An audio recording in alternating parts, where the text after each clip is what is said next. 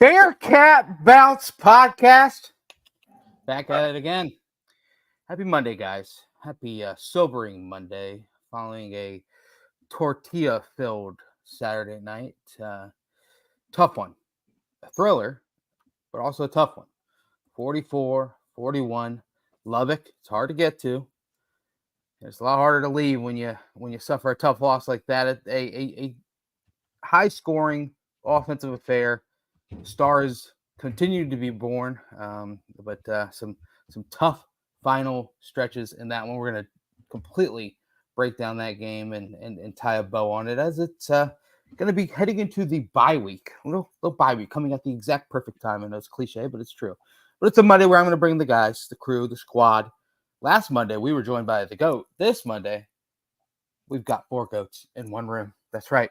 Without further ado, Aaron Smith, Chad Brendel, Ryan Royer. Gentlemen, how are we? Good. Start of another week. Not a good way to end last weekend, I'd say. Parts of me was like, I feel like last year watching him go in there, like you could have watched him get blown out by 4 touchdowns, but I don't know. Kind of like last year, as soon as we'll get to it, but as soon as they lost momentum, it would have gone bad. They fought. Anyway, I'm good, man. It was a good Monday. Got up, got a workout in before work. Absolutely grinded the cubicle like a beast today. So, can't ask for much better in life. That's how you win a Monday right there. You do jumping jacks in the cubicle, like push-ups. Actually, I threw my back out playing sand volleyball 2 weeks ago, and then I kind of turned my cubicle into a yoga studio a couple times a day to, sitting in the chairs kind of lock you up a little bit. But no jumping jacks, a lot of like downward dog, some cobra just hiding in the back corner. Wow. Okay. I'm kidding about that, but some stretching. Little crouching tiger, hidden dragon. I don't think I could hit a downward dog in my cubicle. I think there might be some questions sent over to HR. Absolutely. Safe to say. Ryan's doing weird things in his cubicle. Again. Well, hey, Aaron, how are you, bud? How are we, mister? Most of the day was pretty good until about the last 2 hours. Then saw the wheels have just completely fallen off. Break it down. I would rather not. Just everything that could have gone wrong has gone wrong. So I don't really feel great right now. Brent said, "Break it down." It's like I'm having a terrible day. Just the last 2 hours have been terrible. Brent's like, "Tell us about it, man." I was thinking we could talk. I'm excited to hear that. That's what we are. That's funny. Not funny that Aaron's having a bad day, but funny Brent's just overly positive about it. Well, I'm just thinking, hey, I expect nothing less from Brent. What do you guys call it, Chad and Aaron? You guys last year called it therapy sessions, the quick therapy sessions. Yeah, we had a lot of therapy sessions last year. Yeah, a lot. Yeah, but I don't know. I figured we could be that for Aaron, but Aaron, day will get better because now we're on the BBP. There's no better time. It'll just be over better soon. time. Yeah, so we're here. But yeah, and to Chad, how are we? How are we, mister? We're already live in the chat, by the way. Yeah. Live in the chat. I like it. We shouldn't have to worry anymore about that. Anywho, I'm good. Little volleyball action tonight. The girls got a win, so starting the week off right there. Good night at Holy Grail outside of the outcome. Very big crowd, a lot of Bearcat fans, so that was good. Really good. Pretty calm Sunday, so it's been good. Nothing too taxing. We do have it's a busy volleyball week. We had a game tonight, tomorrow, and Wednesday this week. So yeah, damn, it's a lot. Wild. I didn't know they played that many games in a year, but hey. Yeah. Lock it in. Hopefully all wins. Pull out some dubs. But Bearcats did not pull out a dub this past weekend. But you know what you could do? You could pull out a dub this week because it's the bye week. You got extra time. Go get your car tuned up. Go get an oil change. Get ready for the back half plus of the regular season. Over to Danco Transmission out of here. Danco Joe will hook you up. He will hook you up. He will actually charge you less because you mentioned the podcast, which is what you should do.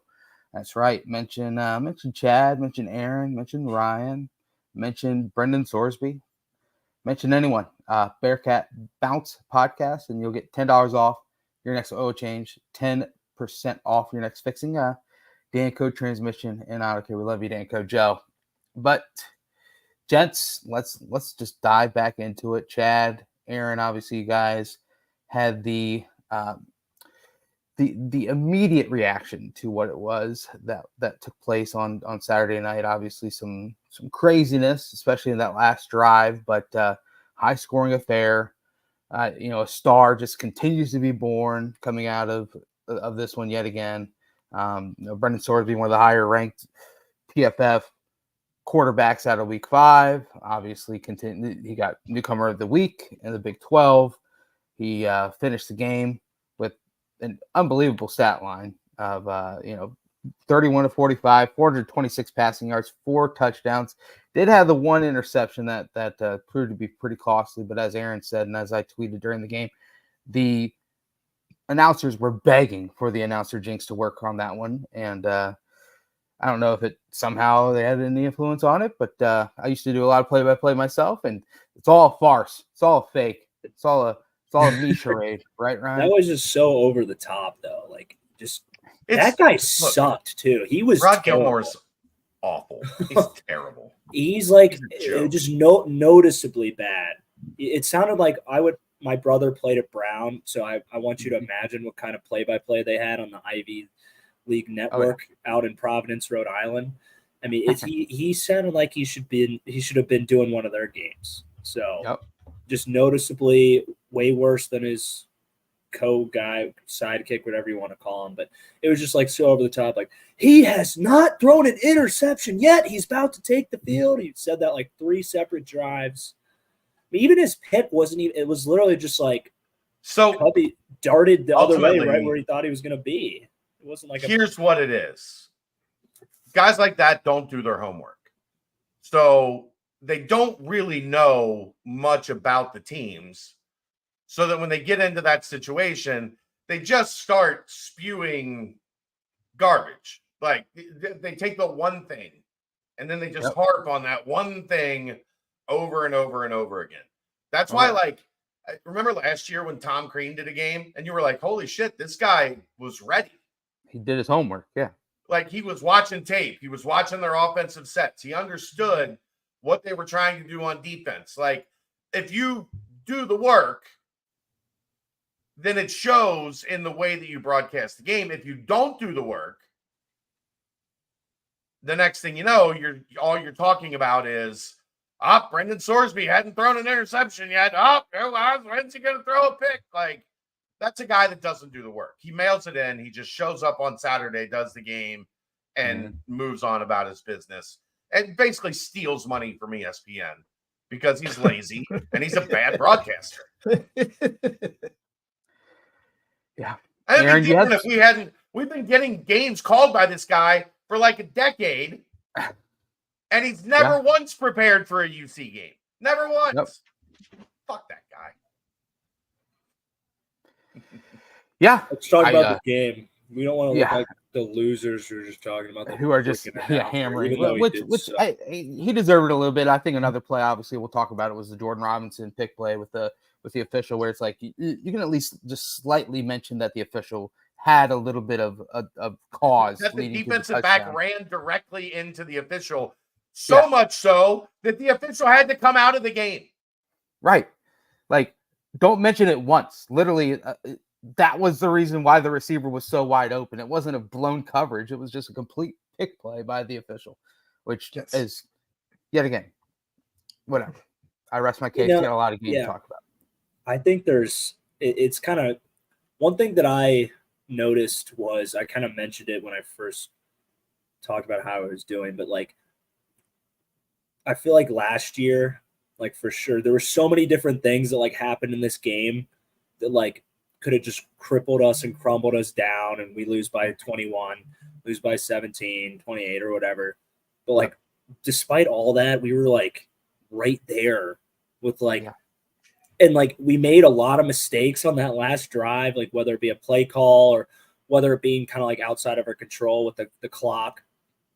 And like we still had a 50-yard field goal.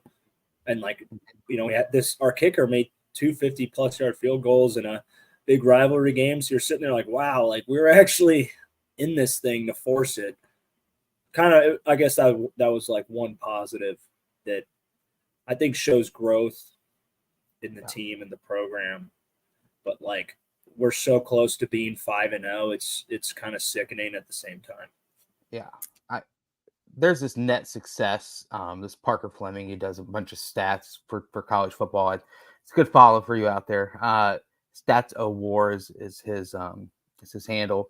But according to just kind of the net success rate, and I'm not going to claim that I'm some analytical guy over here, but and what his calculations drew up, it was that Cincinnati outplayed Texas Tech. They were one of the 1, 2, 3, 4, 5, 6, probably 10 games where the outcome wasn't indicative of how the teams played on the field. That Cincinnati probably should have won the game. Yeah. They had a fumble that turned into a touchdown. They threw a pick six for a touchdown. They did get one turnover on special teams, and they got 3 points out of it, like deep in Texas Tech territory. So like, did they probably outplay Tech? I mean, technically, I guess you could say that, but those things are part of the game and they happened. Yeah. So I don't think you can just like, I have seen games where one team has clearly outplayed the other and the result wasn't indicative of the final score. I think the final score was fairly like representative of the game. Like, they punted once. They had one turnover on downs. They had one punt. Other than that, they scored on every other drive. I mean, like, that is going to result in a game that's decided either by a blowout because they kept scoring on you, or you kept up and it came down to the wire. And that's essentially what happened. So I don't know if I fully buy like the metrics saying, because I get why the metrics say that. Right. But when you watch the game, like, Cincinnati gave opportunities to Tech and Tech took advantage of them. When Tech gave opportunities to Cincinnati, they didn't take advantage as much. So, And also, the whole thing with like maybe penalties a little bit added to it. I think Cincinnati won that by a certain amount, but and the one penalty that probably should have been called obviously didn't get called on that final drive. We'll talk about that a little later, but overall, we always do this where we kind of just dive in with just overall thoughts and glaring things that stick out. Ryan, you kind of already mentioned it a little bit. I'm going to kick it back down to you since Chad and Aaron have kind of talked about the game quite a lot.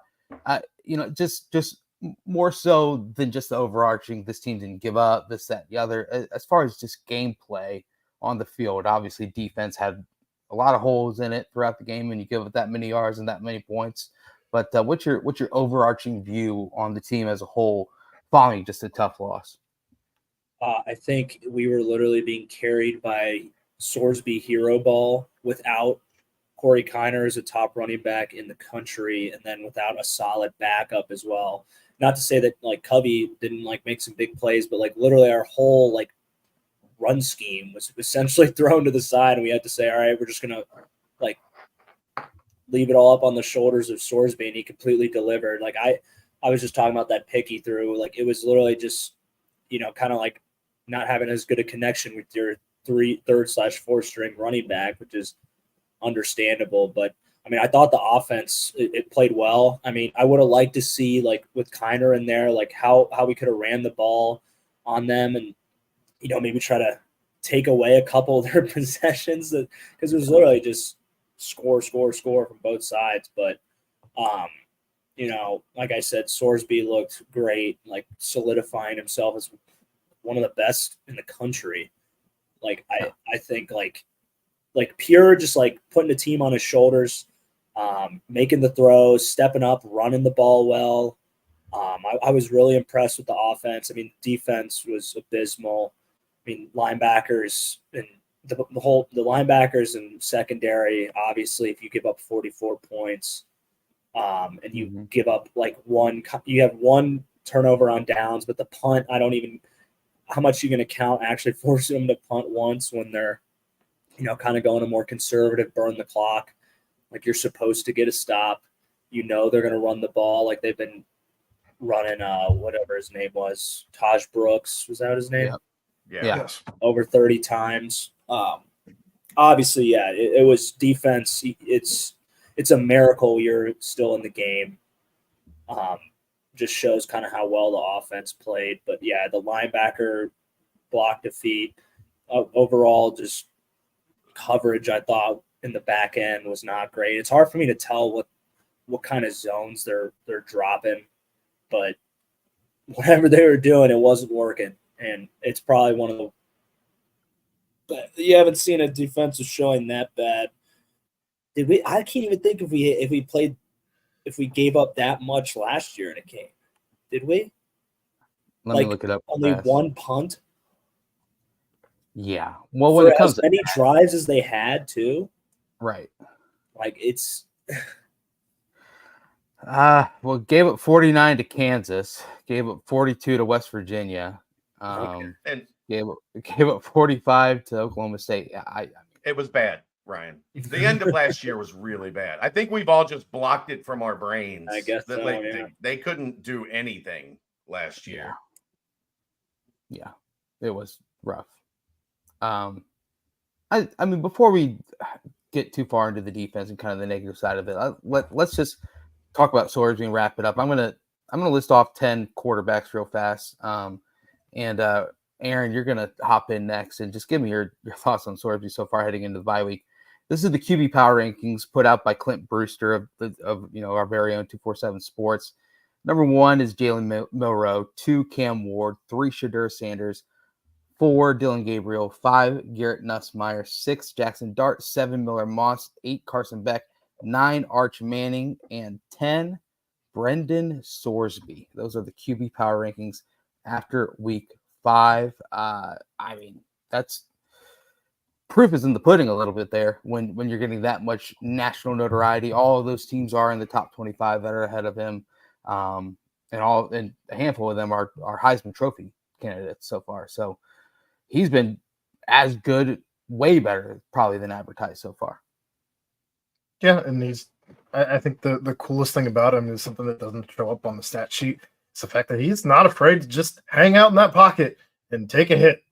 And he does it all the time. He is there was easy 5 times where he's just standing back there and it pans to follow the football, but he's getting smacked. He's getting hit by somebody. And he's truthfully just not afraid to take the hit. He's not afraid to run the ball and take the hit. And he did that several times. He's just a tough son of a bitch. I mean, he is that. So I don't know. I don't know that I can say enough good things about the kid. He's been thoroughly impressive. I think we expected good things of him. But yeah, you said better than advertised, and I think that's the best way to put it. So I was better every week too. Yeah, he has. I think I might have been on the Wisconsin message board today, just perusing. And they were talking about the offense here when Fickle was here. Mm-hmm. And somebody had extracted all of the offensive plays in that Notre Dame game. Des was really not that great that game. Like, if you watch every play.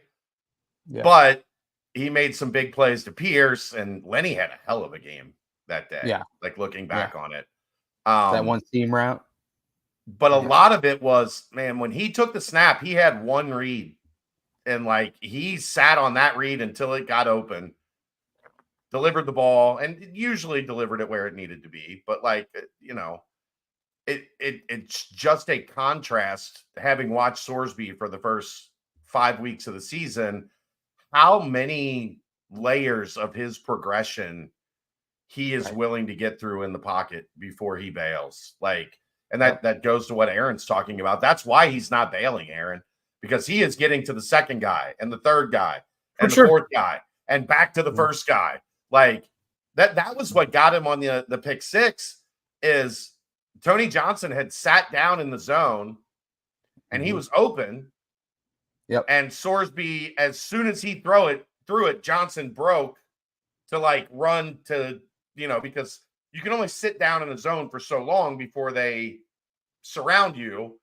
He felt the defense closing in, so he was breaking off into another area, and Sorsby threw it a split second before he broke to where he was supposed to go. But that's, again, Sorsby always having his head into the play and knowing this guy's supposed to be here, this guy's supposed to be here, and being able to, like, progressively decide which is the best place to throw the ball. And he throws some tight window stuff, man. Yeah. Like, I see this guy, I've got a space like this to put it in, and he is confident he's going to put it in that space every time. So I just, the thing that is so enticing about him is he seems to have all of the tools. He can run when you need him to run. He can throw short, like his short screen passes, the one to Kobe, right in a perfect spot to allow him to find the lane and get up the field. That was one of the things that drove me nuts about Dez. Dez was bad at short, like screens and swings. He had one in the Notre Dame game where, Ford had to completely, instead of catching it out in front and keeping his momentum forward, had to turn all the way around, catch it, and the DB's able to come up and make a play. This isn't like a bag on Dez session. It's just on my mind because I was this isn't watching. Part of my take on Barstool Sports, which they randomly just throw haymakers at Dez for no reason, but continue. Well, they've got a new punching bag. Will Levis has entered the chat. Yeah, Oof, I saw so some bad things on the old X so far about Will Levis. Yeah. But, just his ability to do all of the things that you want him to do. Command at the line of scrimmage, reading the defense, getting into the right play, making the right throw, when to run, when not to run. Like, it's just, he's been really, really impressive through 5 weeks. And expectations were high for him coming in, and he's been better than the expectations. Yeah. And those 10 names I listed, only Arch Manning is younger class-wise than Brendan Sorsby is. A lot of old guys. Is he the best passing QB since Tony Pike? I know we because of the era it was in, we block it out, but Gunner was unreal. Gunner could that game at Ohio State. Yeah. Gunner was unreal, but I mean, like you said, and when Sorsby does get out of the pocket, he's always looking downfield still. Yeah. I do think like the only time that he's ever tucked it and ran, and we'll talk about that final drive a little bit more. I don't know if the tucking and running of that scenario where should have been a late hit penalty and whatnot, and then the whole review thing happened. Probably instead of taking a 2-yard gain there and the clock keeps running, probably throw the ball away. But that's literally nitpicking at what has become a star performance and a star. Yeah. I wonder if he was trying to draw the. I also wonder if maybe he saw a lane for it closed up faster than he anticipated. Like if he saw, I can get out this way and maybe get to the sideline, and the two backers fill the gap. Reacted quick, And all of a sudden, what he saw was there only lasted for a half a second, and then it wasn't there anymore. I mean, that whatever.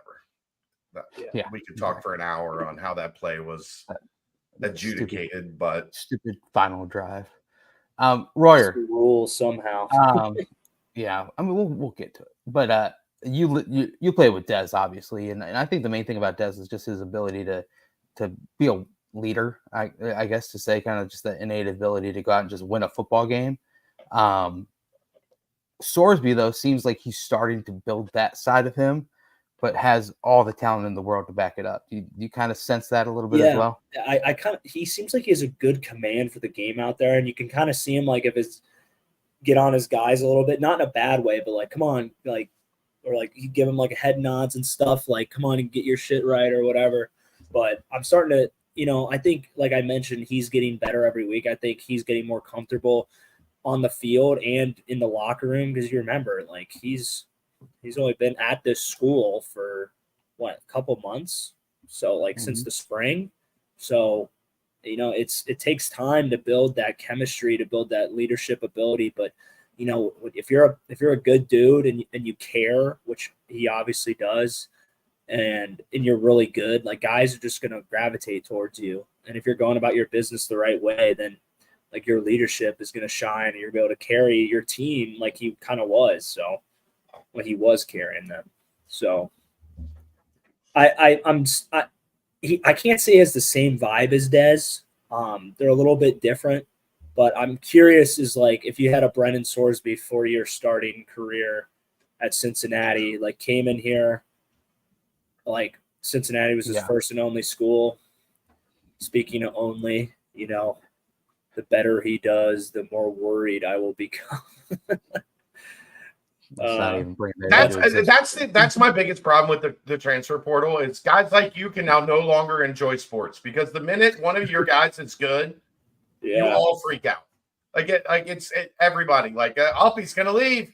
Like, can we enjoy him playing here for a year before we worry about if he's gonna leave or not? Well, it's just so good. You just don't want to watch it go. That's what. Yeah, that is the biggest black eye on the entire college. Anyway, we don't have to go into that. No, not at all. What I was like, I mean, you never know, like, how much like this kid can grow into himself. Because remember, he's only a redshirt sophomore, so he's like, what? He only started 12 games. How old is he? 21. Around 21. He's 20. He's 20. So because they asked him in the press conference after the Houston game. They were like, I think Springer was like, "How old are you?" And he was like 20, and everyone was like, "Oh, you're 20?" So he's like, "Yep." Because I mean, he carries himself as a pro in those press conferences. That's for sure. Sure, he's got the answers down, to say the least.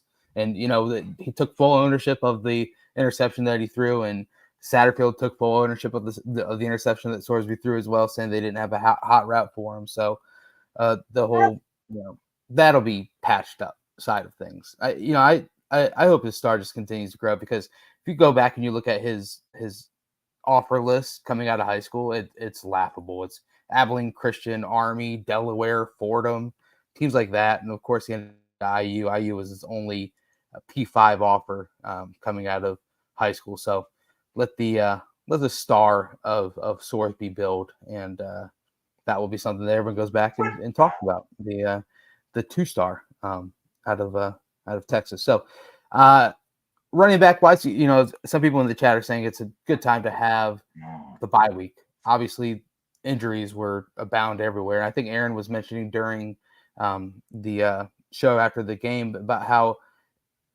he had no reason to really get mad at the offensive line during the game. I agree. I thought they held up pretty well. They were a little frustrated at not being able to open up as many rushing lanes for the running backs, but I don't know if that was more Texas Tech scheming to stop the run so much that they kind of struggled with that. But remember, they're also down D'Artagnan Tinsley. They're kind of still shuffling around a little bit. You saw numerous different kind of rotations in there at guard, especially. So another good bye week for just molding everyone together on that O-line. But as far as running backs go, your guys' thoughts. Manny Covey comes in, obviously, kind of just thrust into things. I thought he looked pretty doggone good. I think he shows some major potential for what is to come, the post Corey Kiner era here at UC. Yeah, I mean, you worry he's not really between the tackles guy. Like, you're going to have somebody back there with some thump to him for that everyday grind. But Manny Covey definitely showed I got the speed. Like you can get me out in space. We gonna run a lot. he just seems like a kid you should take a chance on. Yeah. Okay. Very good. Royer, what did you see out of Manny Covey? That's some. I think he showed he showed a great dynamic ability, being able to catch and some game-breaking speed. I just don't think he like fits our offense though, like with what we want to do. I think that's why, like in terms of the way we utilize Corey, like we want to run Corey like it's a different back Corey, so you're gonna change up what you do. I think what our O line does really well on like that kind of stretch zone. Like I don't think like we can utilize that as well as we do with. Obviously, I don't think we'd be able to run that at the same capability or at the same quantity with Manny back there. But you probably have to more if he was going to be the main guy. And then luckily, I mean, we don't know about Corey yet, what the situation is, how long he might be out, but like you probably need more like tosses, more true outside zone to get him on the edge. And Satterfield has done that, you know, when he's had that, you know, a little bit more of those like speed types at Louisville, where they hit a lot of home runs in the running game, running more of the. It feels like with Kiner, Roy, you can tell me, it feels like it's a mix of inside and outside zone because he's so good between the tackles. Where I think you'd see more true outside zone, you know, if Corey's out for any extended period of time. Yeah, I think Pryor kind of fits that similar mold too. Not the Corey mode, the other mold. So, yeah, I mean, obviously you don't become one dimensional if Kiner's out at all, but you do kind of lose that ability to go. Yeah, exactly. You got to change up the game plan a little bit. Yeah, I thought Covey did. You take away a couple of those big home runs that he hit, and I think Aaron mentioned it during your guys' show, and it could be a completely different game where they kind of shut the book early in the midway through the fourth quarter, and there is no chance to even try and come back. So, hat tip there. These wide receivers, man, wide receivers and Joe Royer, I'll throw him in the mix as well. You lose your two, slot receivers, weren't available for the game. And I tell you what, I think they might have found a slot receiver in Jamoy Mays / Tony Johnson. I mean, one is great at the two, and then a different slot in there as well. Those guys are so dynamic, and they had so many plays that really led to the ability to be in the game. I'm thoroughly impressed by them. Yeah, they both had really good games. I mean, they're getting more acclimated. I think they're building trust with Sorsby, which is only going to help. He seems to look for Mays in tight situations. He loves Mays. Yeah. Called him a stud, right? Yeah. Or a beast. Yeah. So you're seeing those relationships kind of develop, and that's what we talked about. Teams are going to look at how well Henderson's playing, how well Royer's playing, and say, we're going to do everything we can to limit these two guys. We're going to make somebody else beat us. And now guys are starting to step up and say, okay, I'll be that guy. You want me to be the guy? I'll be the guy. Gosh, that touchdown to Tony Johnson, just perfect placement, perfect route, perfect catch. Yep. It was awesome. Well, we got to do it. Anything more offensively, guys? Nah. No, thought the O-line was good for the most part. Good game by Henderson again.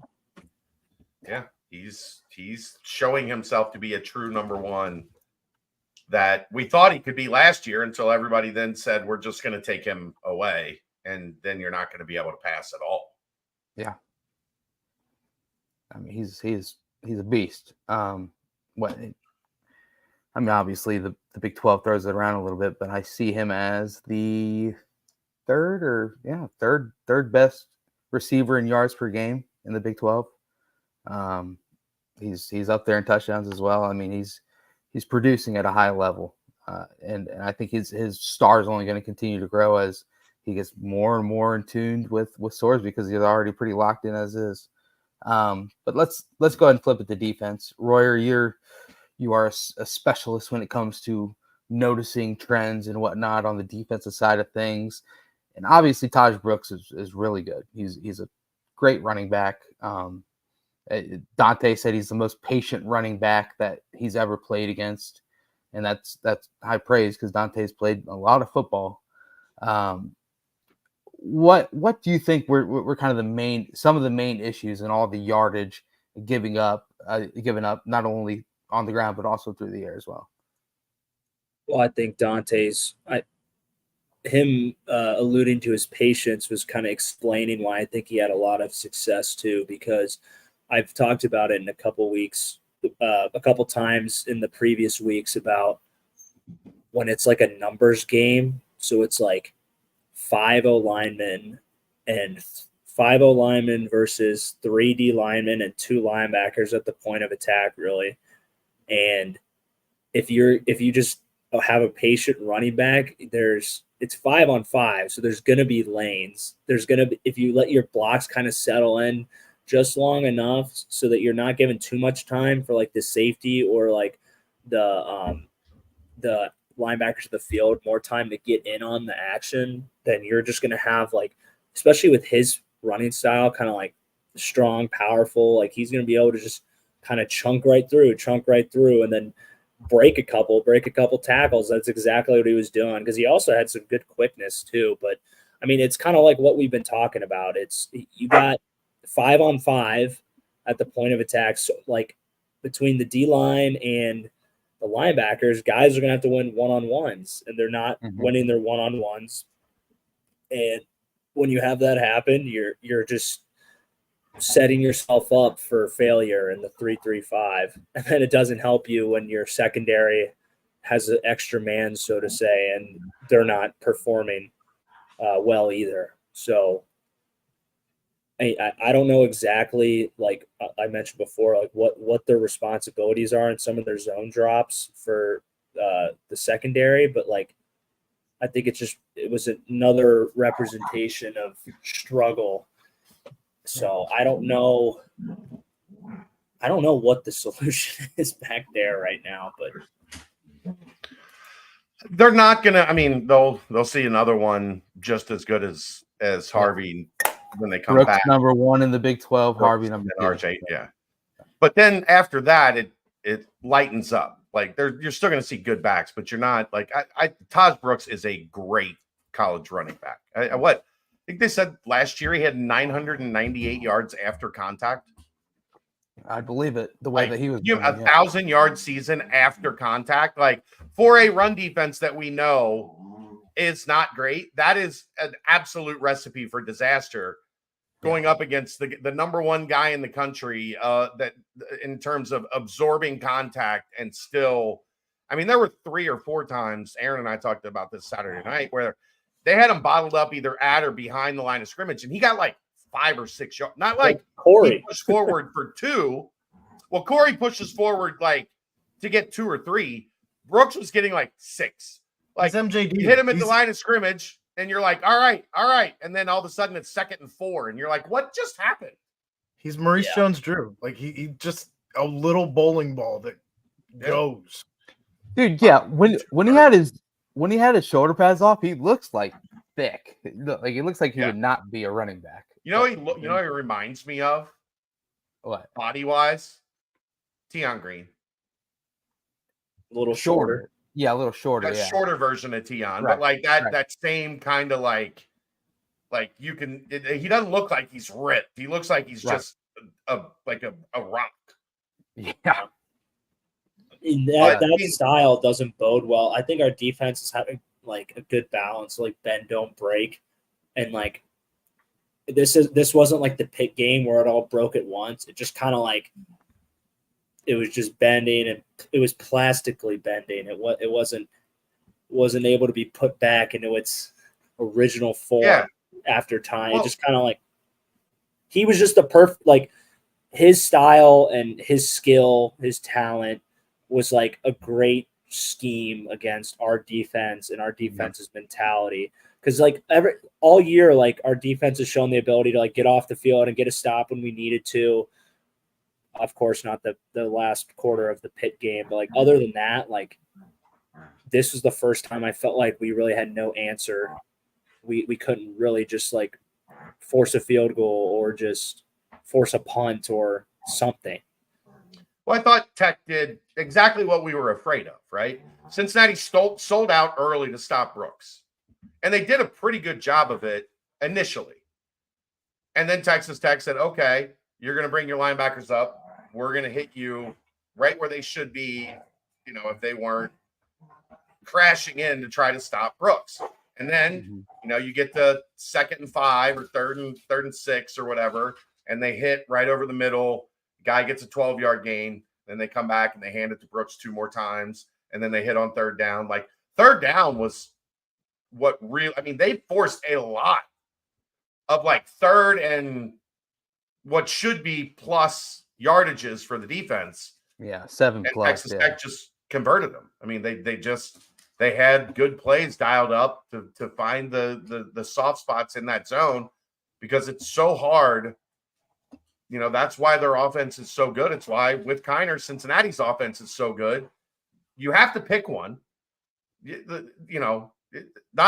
very few 85 Bears defenses out there that okay, we're going to stop everything that you do. This is college. Like are you going to stop Taj Brooks or are you going to stop their passing game? Cincinnati said, we're going to try to stop Taj Brooks. And Texas Tech said, okay, well, he's still going to get his and we're going to beat you with the pass. The problem is we saw later in the game when they tried to play the pass, and then all of a sudden, like Ryan said, then it was 5-on-5, and Brooks is just ripping, 20-yard gains because the numbers don't match. So I don't know. Ryan will know this better. I don't know what the answer for Cincinnati was in terms of winning on defense in that game. Like I just didn't see the formula to where they were going to be effective stopping a team like Texas Tech. At least with Central Florida, you can key the run. They're still going to get a bunch of yards, but you can key the run, and KJ Jefferson's going to be right. Yeah, you won't be afraid of KJ tearing you up. Yeah. Texas Tech, like that is a team that can really run. They have an NFL wide receiver. Yep. A couple, a good tight end, a couple good support. How about that? That one tight end is 6'9", and he's like rumbling, like 6'9", 240 or some shit. Nice. Yeah. Nice. So agreed. Yeah, I just like defensively, they are a really tough out. If they aren't like that's Washington State got to turn the ball over 4 times, and that's how they shut them down. If they're not turning it over, and they didn't turn it over, their turnover was on special teams. If they're not turning it over, finding a way to stop them, is very, very difficult. Right. I agree. And they didn't play well on defense. They didn't tackle great. We've talked, I think not having Jonathan Thompson definitely had an impact because he's one of those guys that's just always around the ball. And he causes turnovers too. Yeah, he's I thought tried Bartlett probably had his worst game so far. Eric probably had one of his worst games definitely too. Had his worst games. His worst game of the year. He had been kind of dominant, like sneaky dominant, like top 10 in pressure rate, which is wild. So they did a good job. It's pretty clear. I think they tried to take away Phillips because Dante ate them alive. Oh, Dante was dominating. Like the one play where Dante. But the one play they didn't, which they regretted, was when Dante pushed the center all the way back into the face of Taj Brooks, and then we just had to come in and just take Taj Brooks 3 yards in the backfield, which is I mean, Dante's an absolute beast. But yeah, I mean, you are beat up on that D line. Cam Rutherford goes out early in the game, never comes back. You are very beat up. Royer mentioned Rob Jackson getting a big play out there. He's probably not playing at 100%. He's back from injury in the first game back. It's just very cliche, as I mentioned in the opening, is the right time for a bye is this week because you got a lot of beat up dudes that probably need to get just a week of relaxation and come back ready for the UCF game. As far as Roy, your thoughts on it seems like the D-line stunts an awful lot, if you know what I mean. I'm okay with stunting and stuff, but it just seems like they don't really have many speed guys. So does the stunt I feel like sometimes it just takes too long, or you got Phillips coming around the edge and then Baron Morton was just able to just step over to the other side where no one was filling where Phillips looped all the way around from. It just, I don't know, it seems like a nitpicky thing, but it's the way, if you're going to do a 3-5, it's a way to kind of still kind of get somewhat of a rush for pressure. Because if you're not bringing any linebacker, normally the way you should do it is you should bring one linebacker, and then you should operate one form of stunt with it. Either bring the linebacker up, run a pick game, or do kind of like bring the linebacker off the edge and then kind of run a stunt loop, kind of like you saw they'd loop around the edge. Because if you just rush three guys at the quarterback just straight up the lanes, one, you're going to have large gaps for the quarterback to come into, and it kind of helps kind of confuse him on where are they going to be coming from? Am I going to have an easy lane to bail out of? And it also kind of helps just try to kind of confuse the offensive line in some ways, so it's not just a straight perfect pocket that the quarterback could just sit back. Because if it's 5-on-3, I mean, you can't block three guys with 5. You're terrible. Unless we just do something ungodly, which Dante's always good for one of those. But that's why you got to run some, especially on third down or something. I think it's a good way to kind of mix things up and try to find some way to pressure the quarterback with one guy less, and instead of having to rush an extra guy. It's kind of that's the concept to it, but it doesn't mean it's going to work. And it could take some time, but it's kind of like the what's it called? I don't know. Never mind. I can't think of the word. It is kind of like that. I agree. Good work, Ryan. You nailed it. But whatever it's called. Yeah. Stuck the landing. Yeah. It's what you get. It's sometimes what I'm trying to say is sometimes that delay, it's what you need to do to be able to make the sack. If you're going to actually confuse them, you might have to give up giving the quarterback a little bit more time, and then sometimes it's going to kind of hurt you. But I don't know if that makes sense. You did see some big plays though. Simeon Coleman, he's a beast. Aaron's having dreams about him as he develops and gets better and better every year. Aaron, those dreams are don't make it weird. Why do you gotta make it weird? I'm just quoting what you said. No, that's not what I said. I said I picture him in a couple of years once he's gone through several off seasons and put on the muscle and put on the weight and is. I mean, he's flashed. Jake Golday flashed as well in this game. Additional snaps because of the injury to Jonathan Thompson, but it seems like things were kind of starting to mesh. I mean, even that final drive that they had where they settled for a field goal, Taj Brooks took them all the way down, and then they got to the 5-yard line. They went 3 straight pass attempts. I don't know why Tech did that, but Golday stepped up, got a big stop on 3rd down, forcing the field goal attempt. So, a lot to fix going into the bye week. But before we move on, we do have to talk about that final drive. When all the tortillas were gone, they couldn't throw any more out of the field. Which, by the way, how is that even legal? How is that legal? Anywhere else, you get in trouble for throwing stuff on the field. But at Tech, they just are completely okay with these tortillas going out on the field. That sideline reporter said she was pegged repeatedly. And then it got weird. But and then the She was what repeatedly? Anyway, hit by tortillas. Okay, yeah, that's better. Jesus Christ, that's better. Yeah. But yeah, the players had that was payback for earlier, by the way. That's fine. They kept all the shielding up and what have you that like they sit under that you would normally see on a sunny day. They kept that all up because again the tortillas were flying. Just strange. I don't understand. It's tortillas. Nobody's getting injured by a tortilla. Whoa, hey, you could like heavily douse a tortilla in hot sauce, and that sucker might be a little heavy. And like, have you seen the tortilla smack videos?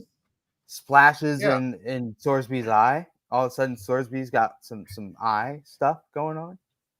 You never know. I hate all of you. But no, that thing is weird though. Anyway, final drive. Royer, can you explain to me some of these weird things going on in that final drive? First off, Xavier Henderson gets hurt, 10-second runoff. Then there's the infamous. Well, first off, I knew that one was happening. I knew that was coming. But hats off to Sorsby stepping up though and finding Royer on that next play to kind of make up for it. Yeah, but talk about that weird dive, flag, 10-second runoff, reverse flag. Yeah. It's just insane. I mean, I feel like there should be a clause in the targeting rule that like you guys are forcing this upon us. Like it's like if you're it can't be that just can't be the rule. Like there has to be some sort of, they have to change that because it's just like completely disservice. Like one, you don't give us the penalty. All right, fine. But two, now you're just going to like take more time off the clock from us than we'd obviously be getting if we ran a play right there. So it's just unlucky. It is the rule though. It's just the stupid ass rule. I mean, I don't think we helped ourselves with kind of like, I don't know why, like, it's just like, how are we just going to expect Nathan Hawks to just be like, oh, he made 2 field goals versus Miami at 50 yards. Like, we're just going to run the ball here just because, like, it's a 54-yard field goal, but, like, we know he can – like, give me a break. Like, that was a stupid-ass play. Running the ball early in the drive was stupid. And, like, just unfortunate fucking thing happening with Covey getting hurt. Like, I mean, I don't know how – it didn't look like he can really run back to the huddle, but it's like, yep, of course that happens. So they can do our good old shit we've been doing to teams all year long, taking our sweet-ass time. It's just like we lost 30 seconds at least in that drive, and you're telling me like how much closer could we have gotten? Like, I don't know. I thought that's the thing I think, Ryan, that like you have to also take into consideration, like on the run play, they're not anticipating for, you know, that happened at like 39 seconds at the 35-yard line or whatever. Like, you're not anticipating that you're going to run out of time in that, you know what I mean? Like, you've got 39 seconds there. You've got a ton of time to still run plays to get your offense in position to score a touchdown. Yeah, and you should be thinking 6. And, you know, I forgot to mention, I lost my mind on this. Like, it's just a young kid mistake, like Covey not getting out of bounds. Like that, like I was like, holy shit. Like, I don't care, like, if he gets out of bounds, the clock stops and his injury doesn't matter. Yeah, it's like, I don't know what you're doing, bro. Like, you're fighting for a yard, and that alone, not only did you get yourself hurt, which cost us an extra 15 seconds, it's just he like wanted to get the extra yard for the first down, I think, but I think you're right. But it was second down, so I think he had it anyway. He would have ran right to it. Even if he didn't, it was 2nd and 1. Like 2nd and 1 in that situation with the clock stopped is the absolute best thing you can ask for. Yeah. Because you're 1 yard away from stopping the clock on a first down. That alone was a 15-second mess up. Yeah. Easy. Well, And also they, Chad, I don't know if you guys talked about it or Dave talked about it. Someone wants to should probably relay where like in the final 2 minutes in this hurry up offense time where 2-minute drill where we have to get first downs, we have to stop the clock. If you're hurt, just get on sides, get behind the line of scrimmage and just let us spike it or something. Don't call for a substitution. Because you spike it there, goes to third down, and then you can come out. It just I mean, you saw him try. I think it was just instinct. Like he tried to run to the backfield, and he just couldn't put any weight on that ankle. And I think just instinct kicked in, where he probably thought, "I need to get off, they can get somebody on the field." Yeah, but I think some of that is just like natural. His heat of the moment. His mistake was not getting out of bounds. It wasn't like what he did there was fun. Like that, I'm not mad at him for like not trying to limp back to the huddle because like it would have took probably just as long. It's just not having the awareness and like we made all those dumbass mistakes in that drive. We still had a chance at a field goal. It seemed like for some reason we just thought that. Yep, our college kicker that didn't win the job to start the year. We're putting our fucking nuts on the line for him in Lubbock, Texas, away Big 12 game. Like, I don't know. I can't remember the last. I don't even think we've ever had a kicker in my recent memory that we should be confident in a 50-yard field goal. Yeah, I don't care if he made two. Like, yeah. It's just, and we aren't bashing on him, but at the end of the first half, in like pretty much the exact same scenario, the kick didn't go through. So Chad brought up a great point though in the aftermath when we talked on the show. Is both were perfectly straight. Both kicks were perfectly straight. Right. He just needs to be off the hash. You need to line him up. If you're going to run the ball on the final drive anyway and settle for a field goal, run it to where he can just kick it straight on. Mm-hmm. Yeah. I mean, I do feel like once they hit Mays with that 20-yard gain, there was probably about 40 seconds left, and then that's when the handoff to Covey happened. And I think and Chad kind of mentioned I think that's the right reason why they did it was to kind of catch the defense off guard and steal quick 10, 12 yards. Because you do have the timeout in your back pocket, but I don't like a lot of that is numbers, right, Ryan? You count the numbers in the box. If they've only got 5 in the box, you try to catch them with a run because all he's got to do is make one guy miss. If he makes one guy miss, you get 12, 15 yards. He didn't make the guy miss. I also don't know if it's a good of a gamble when you have your third and fourth string running back in there. If it's Kiner, I have no issue with it. If it's Manny Covey, let's have the guy who's carried us through this game. Let him have the ball in his hand. He just completed an unbelievable pass to Jamoy Mays for 20 yards. Let him throw the ball again. But yet again, I feel like they kind of were, as you're mentioning, Royer, kind of the mindset flipped to, okay, we're in field goal range. Let's not do anything to hurt ourselves. Let's get under 40-yard field goal, and then we can do that shit. It's coaching 101. They hate taking risk. The ultimate risk there is you throw an interception, give them the ball, and the game's over. That's the ultimate risk of what they're trying to avoid. But the dude's thrown one interception all year, and he was cooking. Let the man throw. I mean, definitely, I think it's just like, I think it's a blessing that we are even able to be criticizing this drive. Yeah. Just that it actually had something on it. I think it just shows like the ability of this team, and like they should, like, I'm talking like if he makes that field goal, it's always well, what if, or if they get one or two more punts, we win. Yeah, it's like that close.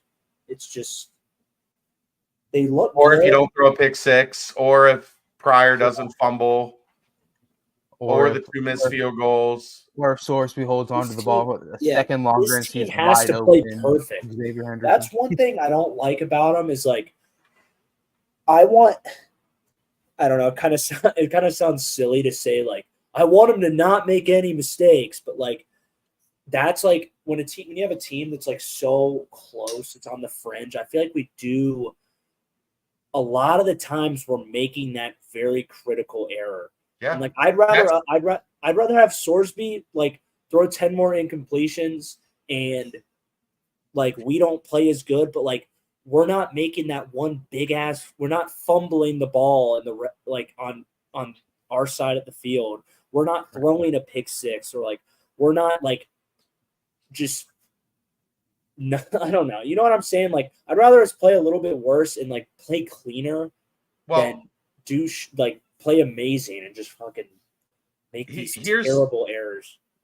Here's the concerning part, Ryan. Here's the part where what you're saying. Kelsey says hi, everybody. Hi, Kels. Hello. This stat came in the Big 12 conference email today. Half of the completed games in Big 12 play have been decided by one score. There have been 14 Big 12 games played. 7 of them have been decided by one score. You are going to have to win coin flip games in this league. Yep. And right now, 1 in 6. They have not done it. 1 in 6 in the Satterfield era. They have not done it. And in 1-score games. It's not good enough right now. And some of that is you have to learn how to win. And, you know, if you have one of these go your way, then you hope the ball can get rolling. But in order to have one of these go your way, you cannot lose points off turnovers 14-3. You cannot put yourself in a situation where you have to score in the 40s just to keep up. Just, you know, you have a 14-3 lead, and all of a sudden it's 17-17, right? Like stuff like that, they have got to start figuring out. When you've got a chance for separation, take the separation. They went from up 14-3 to down 2 touchdowns after the pick six, and then had to answer the bell. And kudos to them for doing that and for fighting and coming all the way back. But it's not a league where that's good enough. It's not a league where you can have, you know, a quarter where you go, you know, a 17-point swing or whatever. You know what I mean? Like, yeah. And you should have gone into half with the lead. And instead you go into the half tied. And then you come out and you turn it over on the second play of the second half.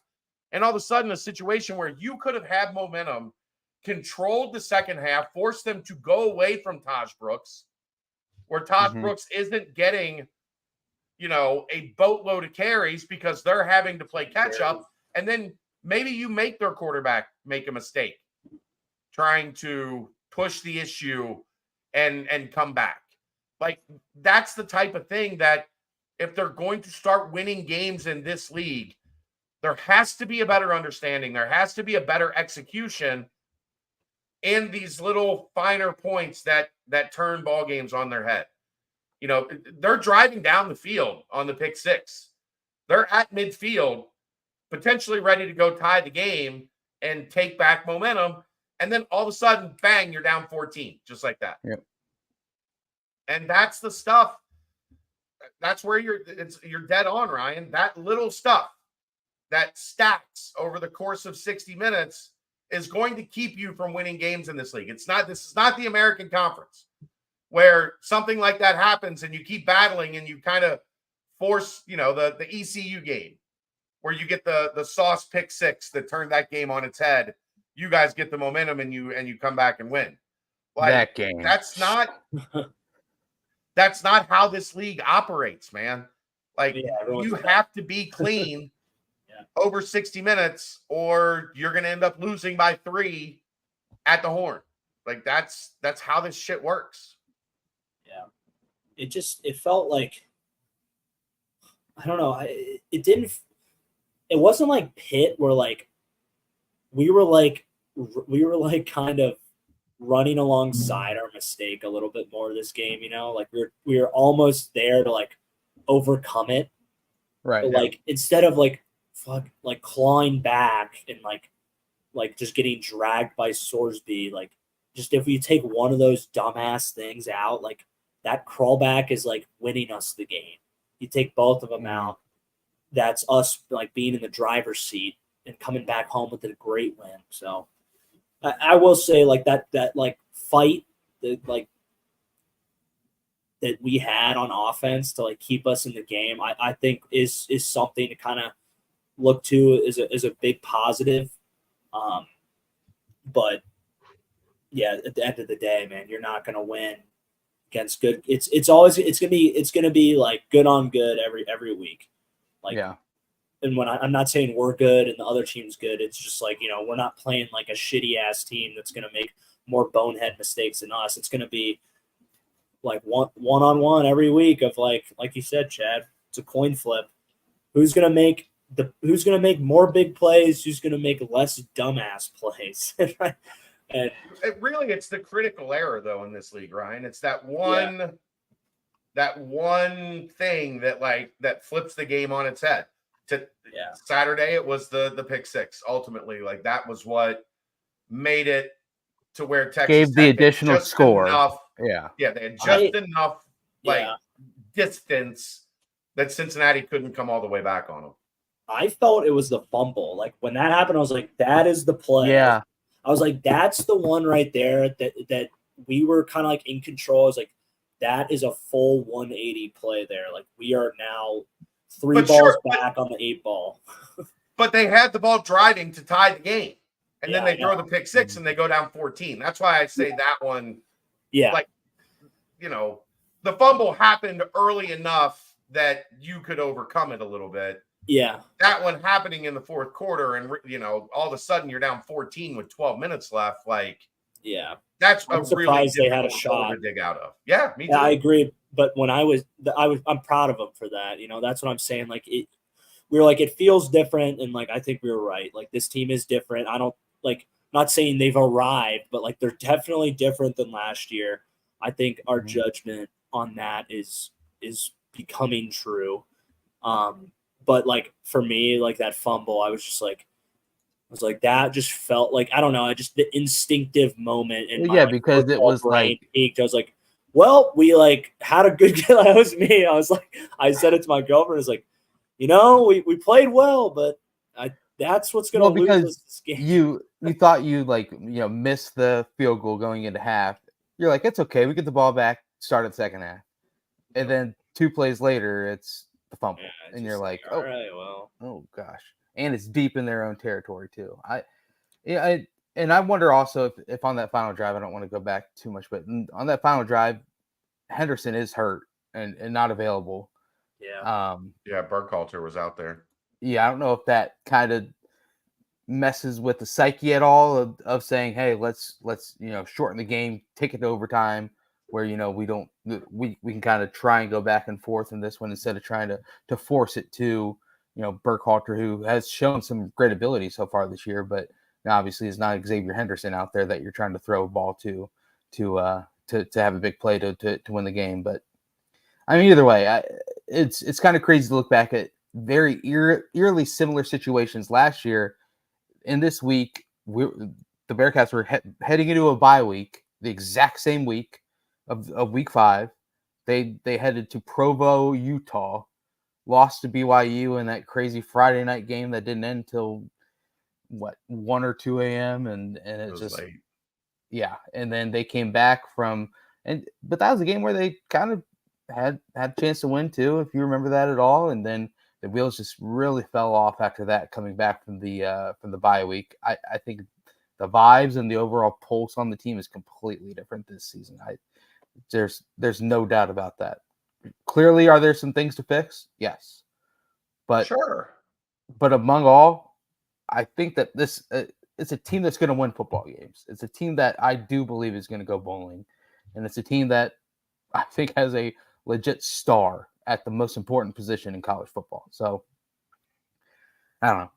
3-2, obviously, very close to 5-0, very close to 4-1 for whatever that's worth. But either way, it's a tough loss at Texas Tech.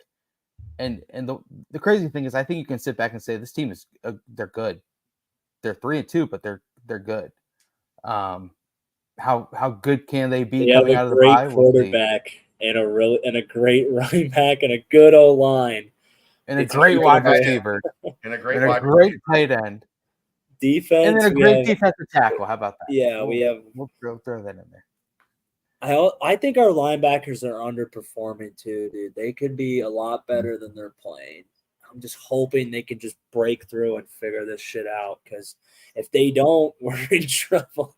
We're going to keep getting 28 plus on us, and it's hard to bank on all those great guys you listed on offense just being on. It's like I said, though, the good news is there's not more than one or two teams left on this schedule that have the type of balance that Texas Tech has. That if your game plan is to take this away, we can still do that at a incredibly high level. So you hope that plays a factor. You hope, you saw what Colorado did by shutting down UCF's running game. They were cooked. Like they could not do what they wanted to do offensively because they could not run the ball. And that's going to be UCF. That's going to be Arizona State. Colorado all of a sudden looks a little bit more balanced. Are they running the ball pretty well to go with, a good quarterback and a bunch of good wide receivers and a star, the best player in college football. But, if you're TCU, like they can really throw it, but that's about their only dimension. West Virginia. Yeah, I don't know what Kansas State maybe had a breakout game this week, but how good is they're playing from in front? That's what we talked about with Kansas State. Is if you get them behind, that is not their comfort zone. So that's the thing that we're going to learn about this defense, Ryan. Is this was a really tough assignment for them, given, and it's not that Texas Tech is like the best offense in college football. But what they do have is a balance that is going to make it really tough for a defense like Cincinnati is putting on the field right now. Because they're not great at stopping the run. They've been okay at stopping the pass.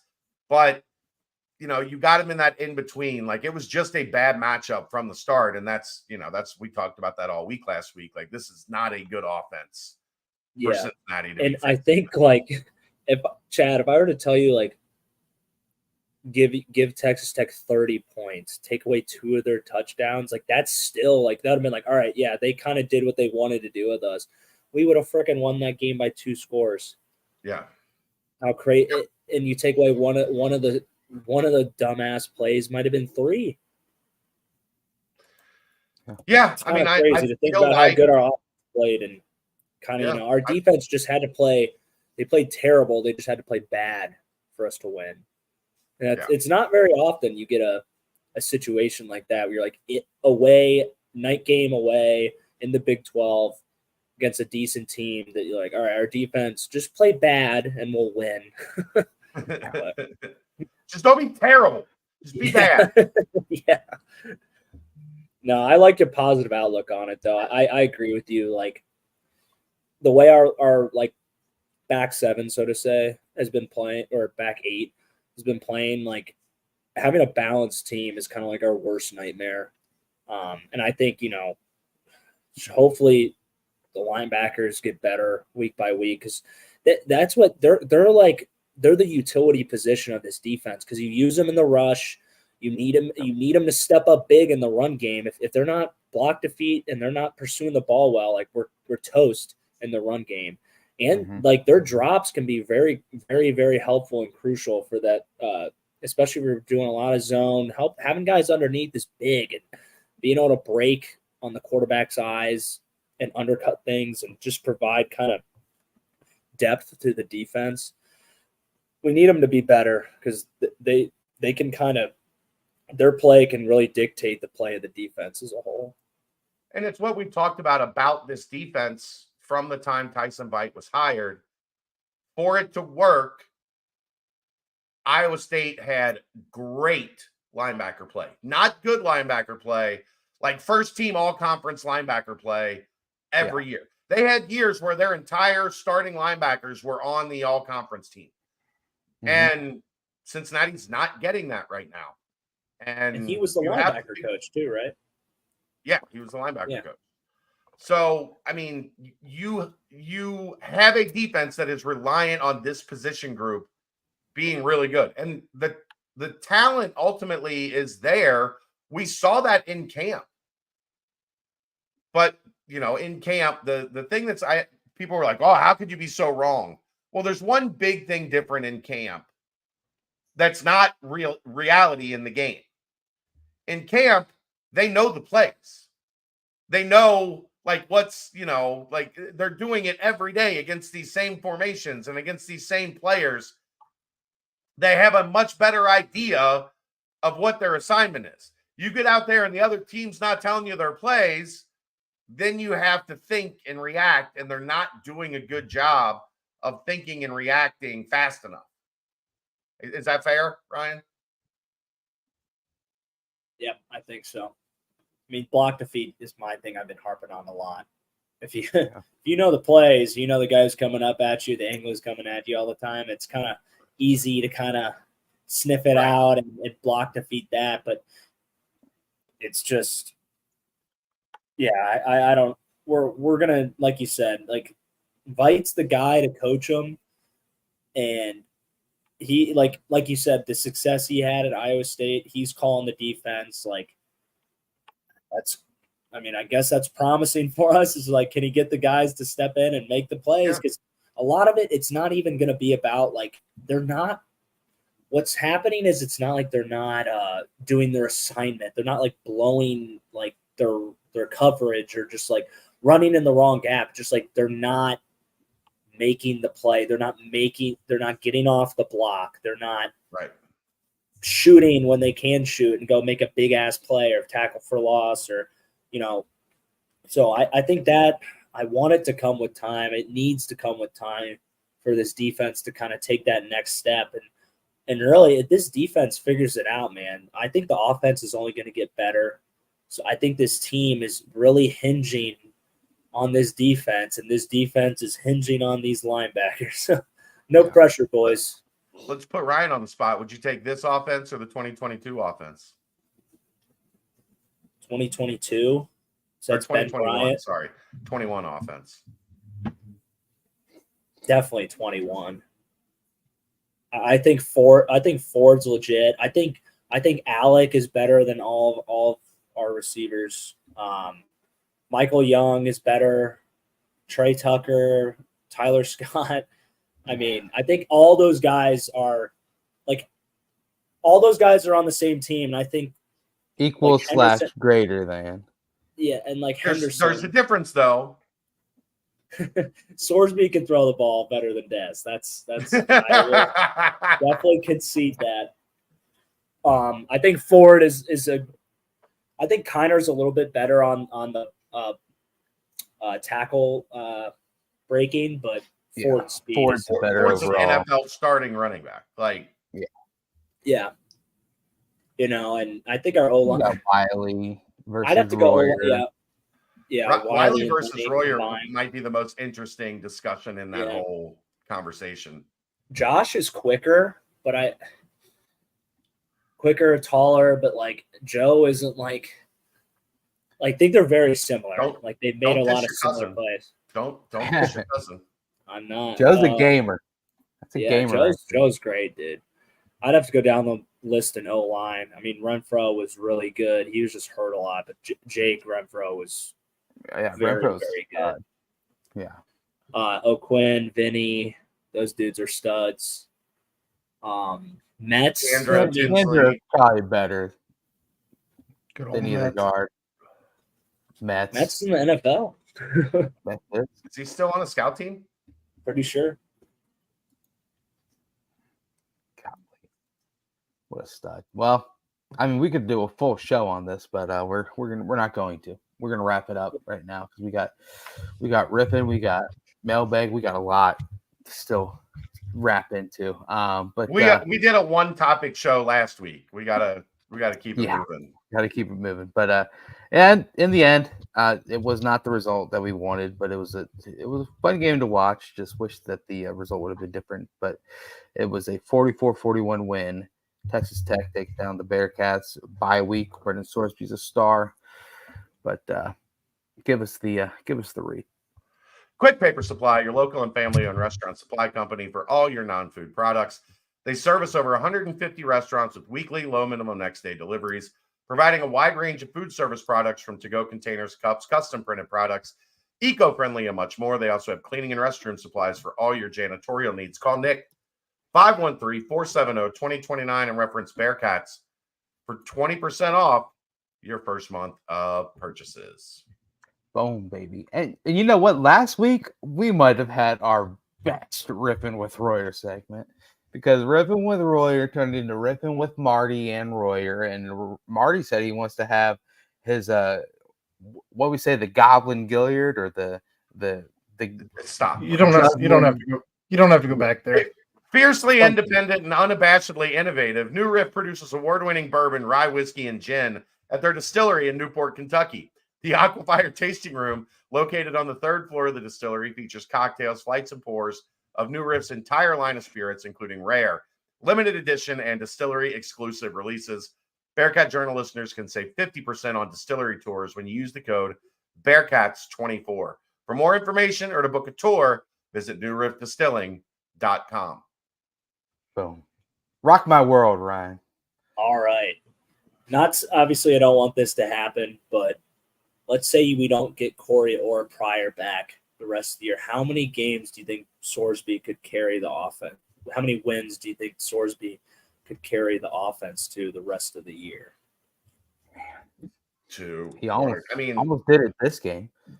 Yeah, but I mean, the thing is, 7 games left.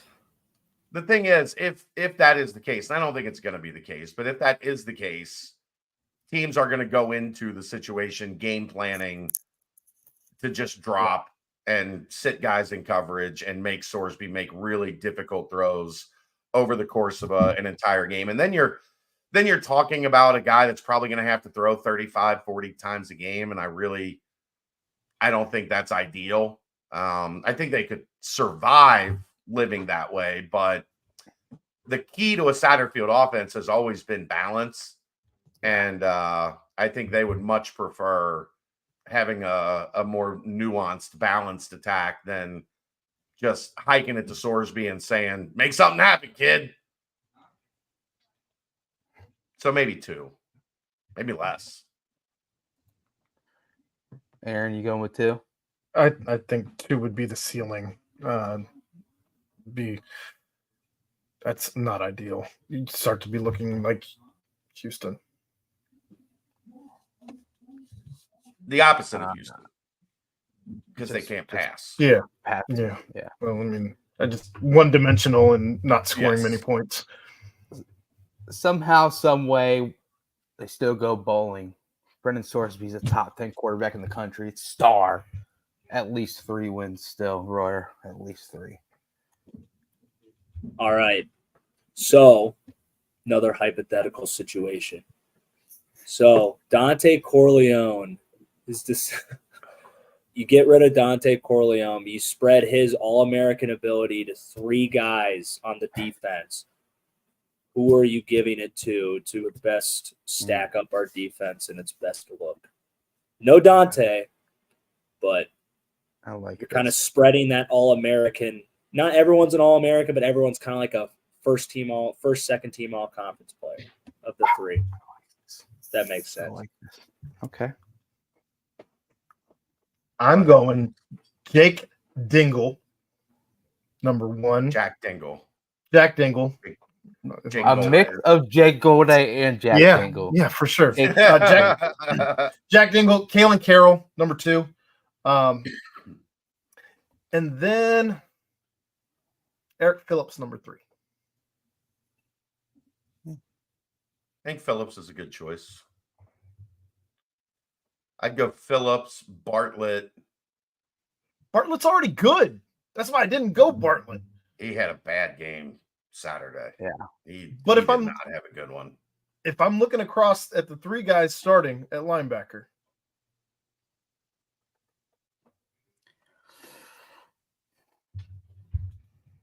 yeah. I'm just saying I would prefer to go with the guy that's already like a high level and then take him up even higher. Yeah.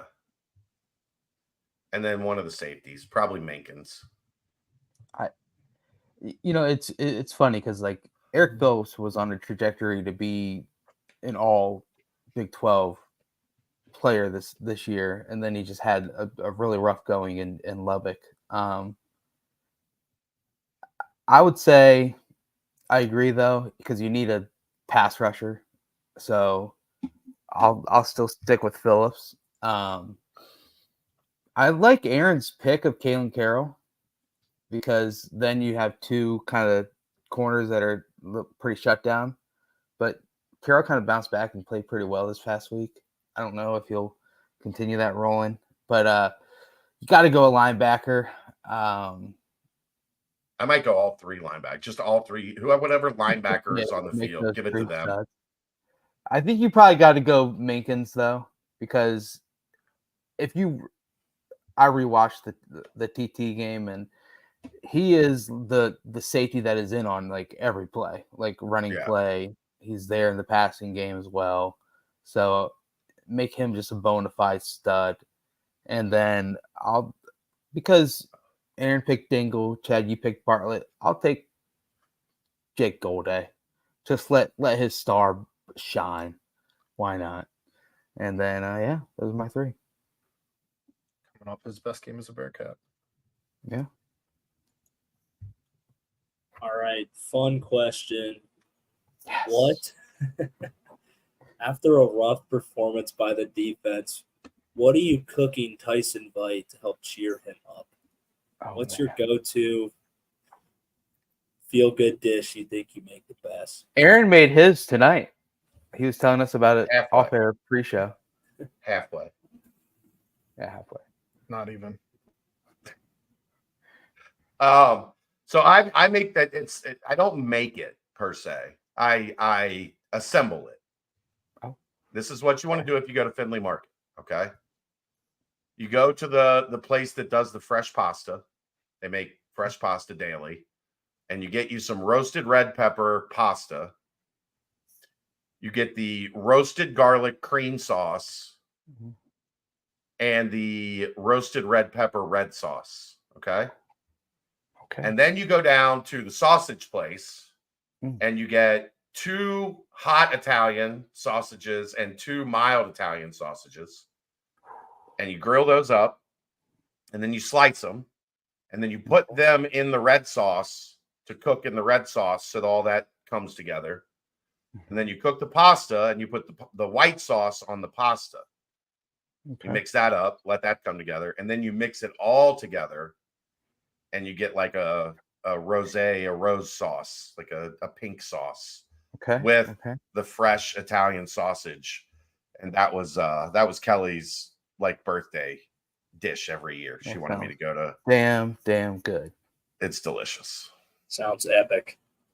Yeah, delicious. So write that down. Go to Findlay Market and get all those things. Do you Chad, you just make a big old dish from them, just drop it offside outside the defensive coach's office. Right. Cheer make up, boys. Pot of it. Enjoy the bye week. Love Chad. So she actually has one of her best friends came over one night when we made that. And now every time she comes over, she's like, are you going to pasta dish? Are you going to go to Findlay Market or not? Damn it. Yeah. And then I have to go to Findlay Market and get the pasta dish. And then I sent it home with her. I took the leftovers, being the good dad that I am. I said, here, Marley, here's the leftovers. She took the leftovers home, put it in the fridge, went to eat it that night, and her mom and dad ate the whole Tupperwared it up. Of course. They ate the whole thing. That's like the epic the mixing of the two sauces. I never thought that like it would be so good. And then one time I was at an Italian restaurant, and they were like, do you want to try both sauces? I was like, you mean both sauces in the same thing? It's amazing. Oh, it's amazing. It's amazing. Very much so. Aaron, what you got? I'm gonna just make him something simple, a nice coffee cake to go with all that man's coffee that he drinks all day. Okay. Something to dip into the You coffee. don't even, I mean, just something to soak it up. Like, just all that coffee sloshing around can't be fun. Just don't spill it on the new drills. We're going to be working with the linebackers to try to get them. Hey, now. Like, I'm going to invite him over. Nice bottle of red. Whoa. Gonna Nice order. We're gonna order some pizza because I don't want to be on screen.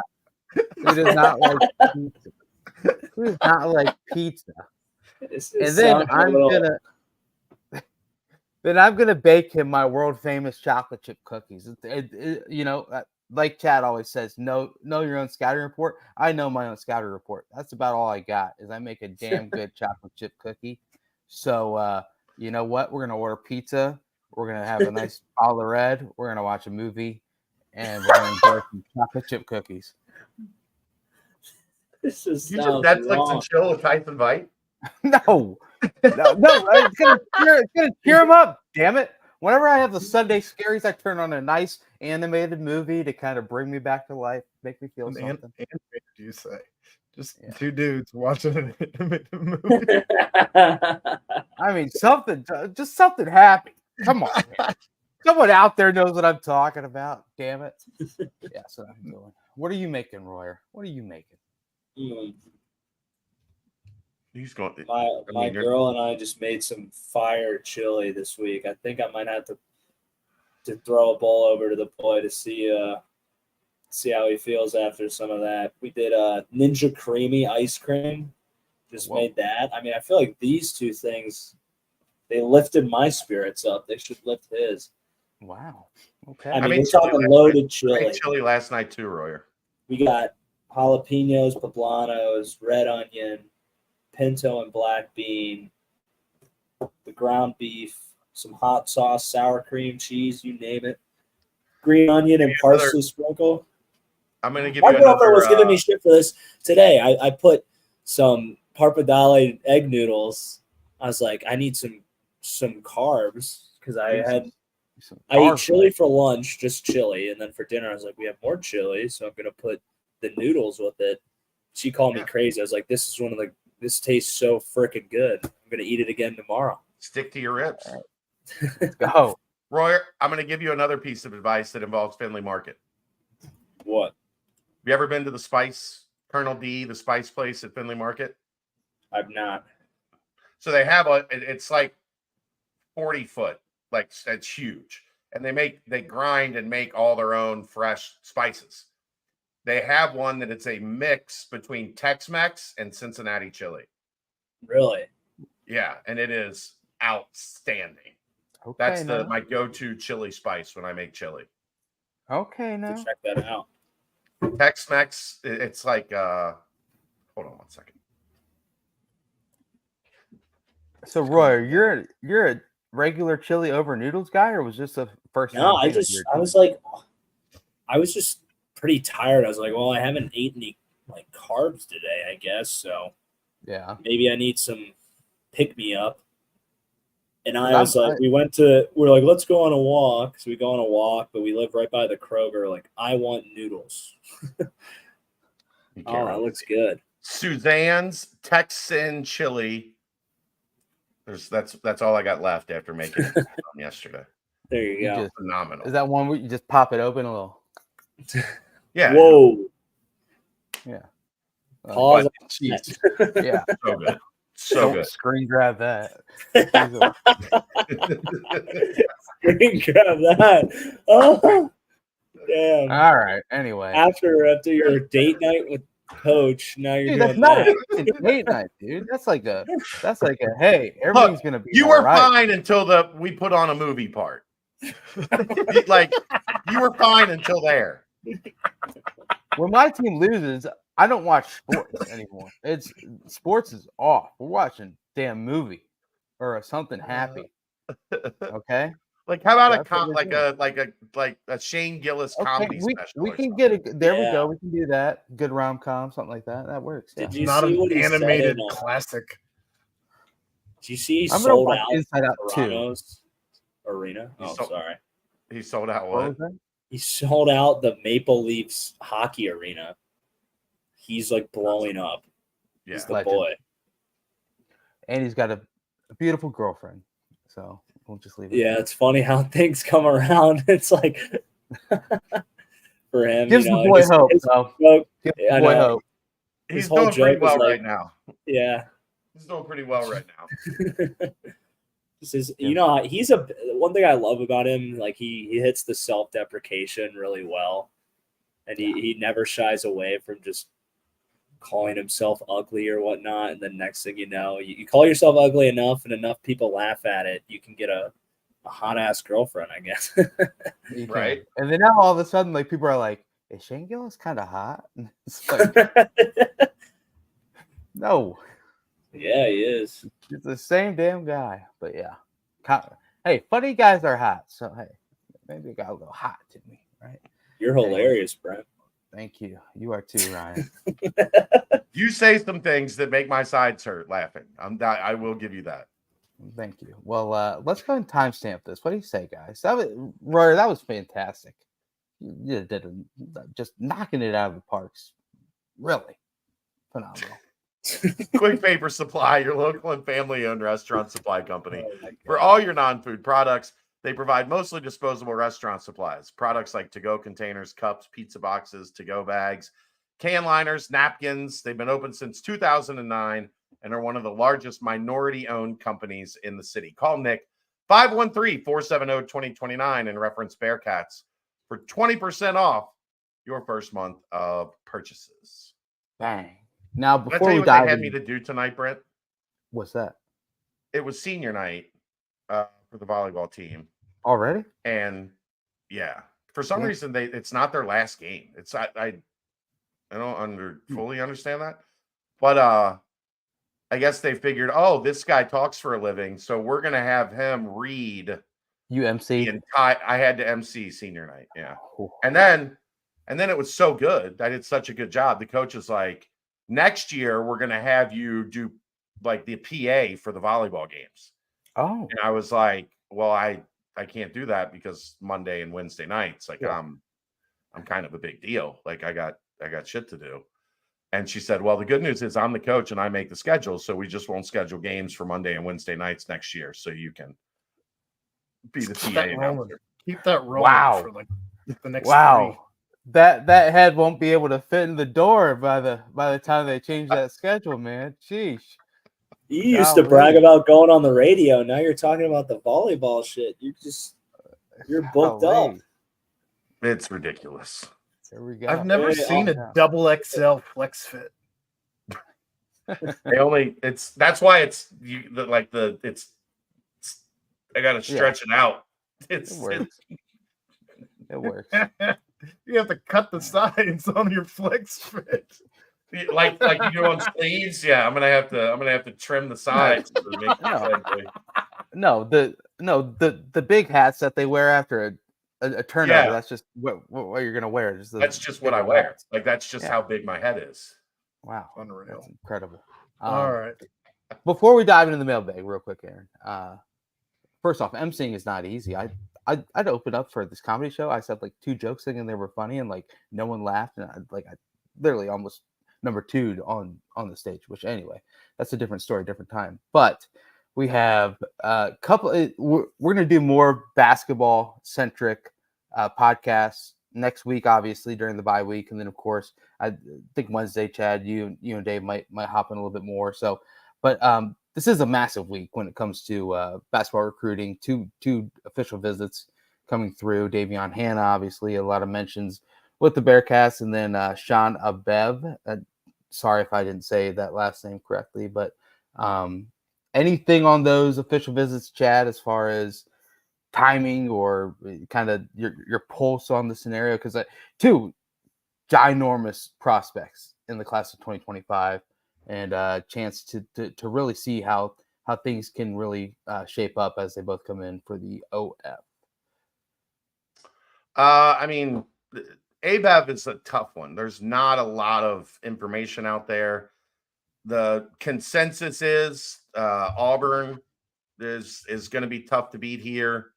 But I know Cincinnati has done a really good job recruiting him, and they're going to get their shot. I believe he gets here tomorrow night and is here through Thursday. And then when he leaves, then Hannah gets here Thursday evening, late afternoon, evening, something like that. And his visit runs through Saturday. Hannah, I think it's going to come down to UC in Missouri. There are reports out there that Missouri has put a significant NIL offer on the table that I don't think anybody is going to match. Given strong ass offer. Will Wade strong ass offer.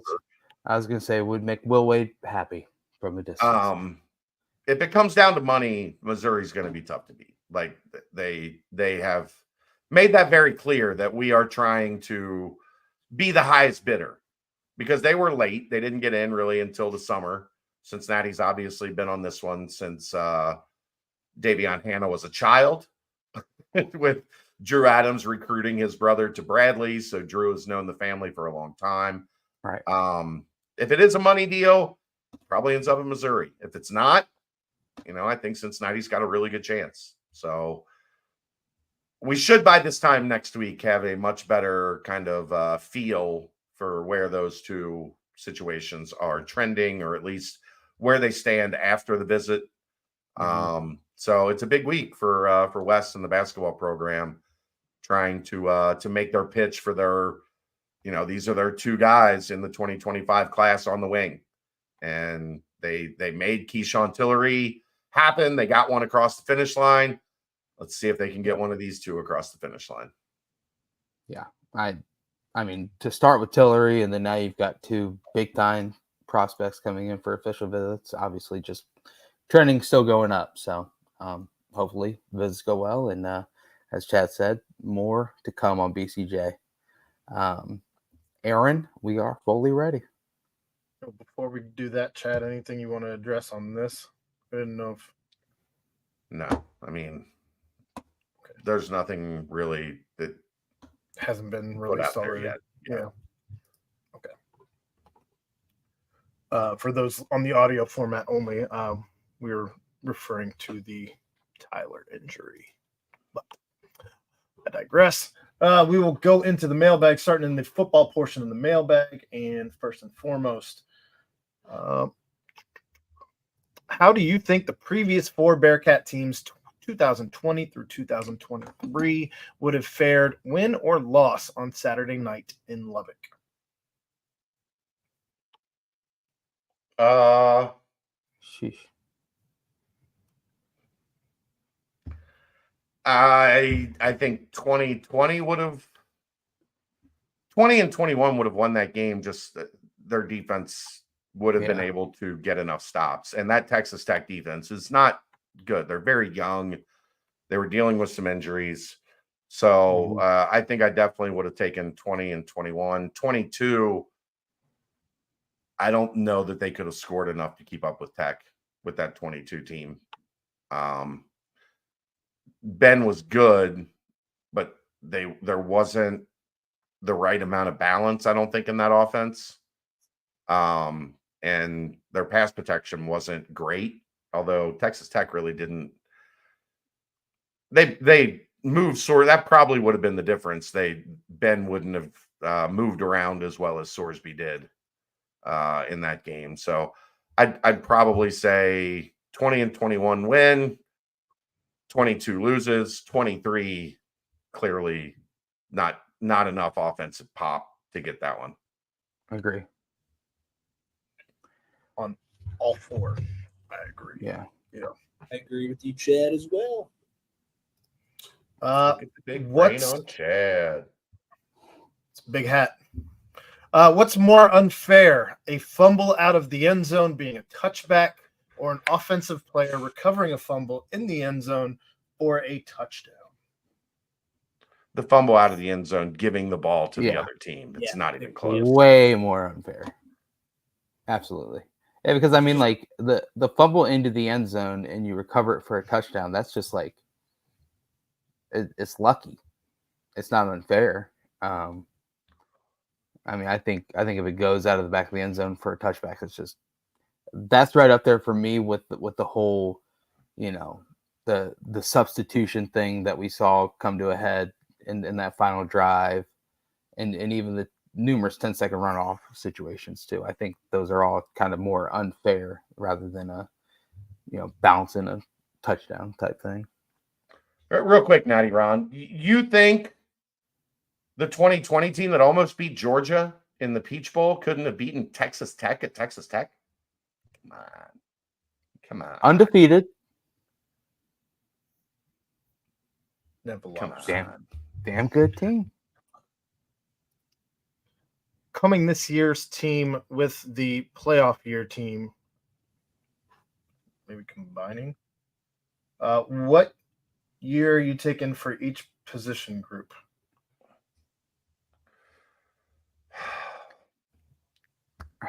Quarterback this year.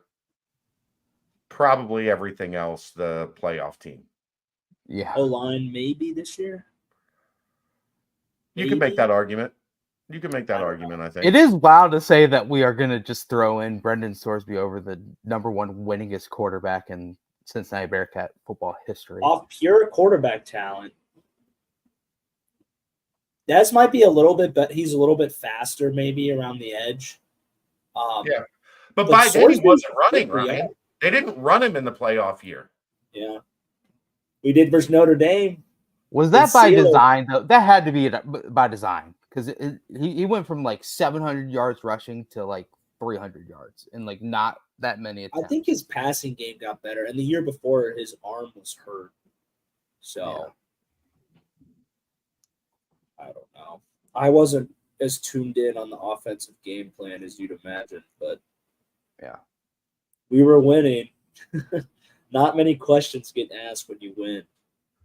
Because it's working. Exactly. Do you take Mason over Jimmy? Well, no, Mason was the punter on the 21 team. Yeah. Ooh, touche. Yeah, I'd give it You hit the McGregor strut. Yeah. First Bama. That was hilarious. I'd take Ford over Kiner in a close battle. All right. But defense, every spot goes to the playoff team. This next question is you're talking about a team that's 3-2 versus a team that was undefeated at this point and just had a win at Notre Dame. Right. So the next question was a Brent article, and I didn't read it. Hey. Just saying.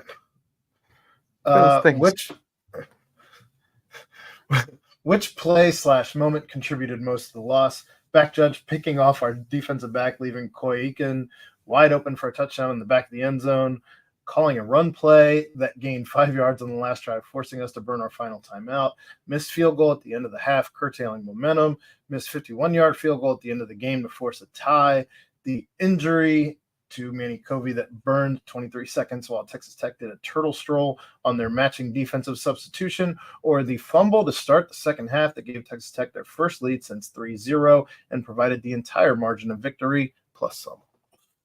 Out of those, I think the fumble.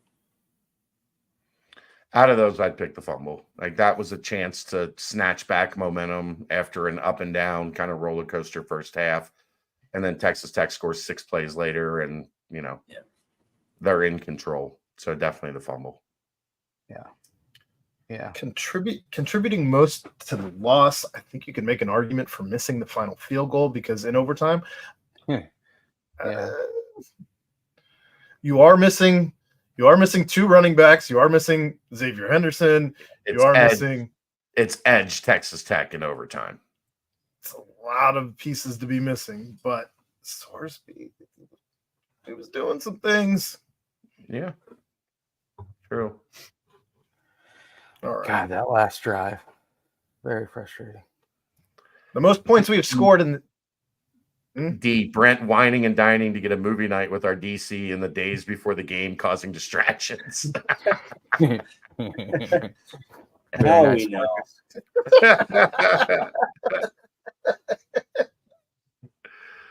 Should have been watching tape, but instead he was watching iRobot. Inside Out 2. Inside Out 2. The most points. Just a Lion King night with Brent. Mm-hmm. Not that live action. Nope. Box of tissues. Oh, yeah. The most points we've scored in the second half all year in any game is 17, while we are averaging 21 points per game in the first half. Yeah. If we score that first half average in the second half versus Pitt or Texas Tech, we are undefeated. Thoughts on second half point production in general? P.S. We are averaging 12.8 points per game in the second half. That 8 points less than the first half. We still lose the Texas Tech game, scoring 42. Right? Is that what they're saying? Yeah, we still lose that game. They're just saying, how good are we if we score 4 more points a game? Basically, if they do what in the second half, what they've done in the first half. One win better. Yeah. This is skewed by that second half of that Houston game. Golly, that was a snooze of a snooze fest as you can think of. Yeah, they just wanted to get out. Like, go home. Let's go home. We are dominating. In the Pitt game, you're just like you're trying to get to the finish line. Like, hey, if you told me we're scoring 42 points a game, I'm saying that we are going to be 10-2 or better. Are you shitting me? Like, what? If we're scoring 42 a game, if you told me that before the year, I would have said we'd be 10-2 or undefeated.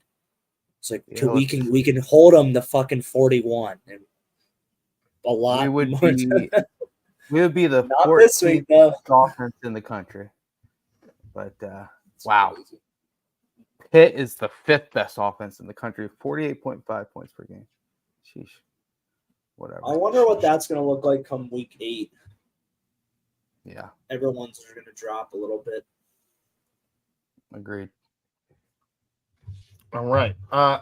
Who do you hold responsible for knowing and teaching the rules of the game if Xavier Henderson rolls twice 48 inches to his right and gets to the sideline instead of laying in the field of play? You save a 10-second runoff. If Manny Covey does not hobble off the field, you save 23 seconds on a defensive slow change. Get those 33 seconds back, and you possibly win the game. You definitely get closer for the final field goal attempt. True, but I'm never going to tell somebody what to do when they're injured. I think the Henderson, I mean, either one of them, they could have just subbed if they ran off the field. We couldn't get away from that. So. Yeah, subbing would have cost probably more time with Henderson because the other team, instead of the 10-second runoff, would have taken 15 to 17 seconds to get their guy on the field. So you actually save time by Henderson staying on the field than if he would have rolled off the field.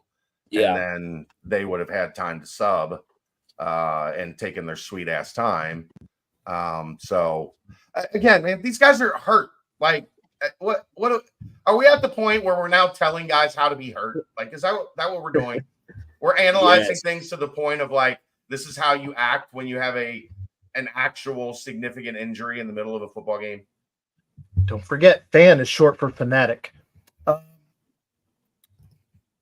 Who are your 3 linebackers you're rolling with? I'm going with Coleman, Golday, and Thompson. But you don't have a middle linebacker there. There's no Bartlett. So I'm going to probably go with a middle linebacker at some point. Bartlett had a rough game, but he had been really good the other games so far this season. So I'm still rolling with him in the middle. And then probably because he's hurt, I won't go with Thompson until we see him back healthy. So Coleman and Golday with Bartlett. Mm-hmm. And if he was healthy, I would go with Thompson, and then Coleman would be the first man up. Yeah. That's what I got. That's the answer. True freshman Simeon Coleman. But if Jack Dingle got that All-American push from Dante Corleone's secret stuff. That's what happens when you riff with Royer. Just saying.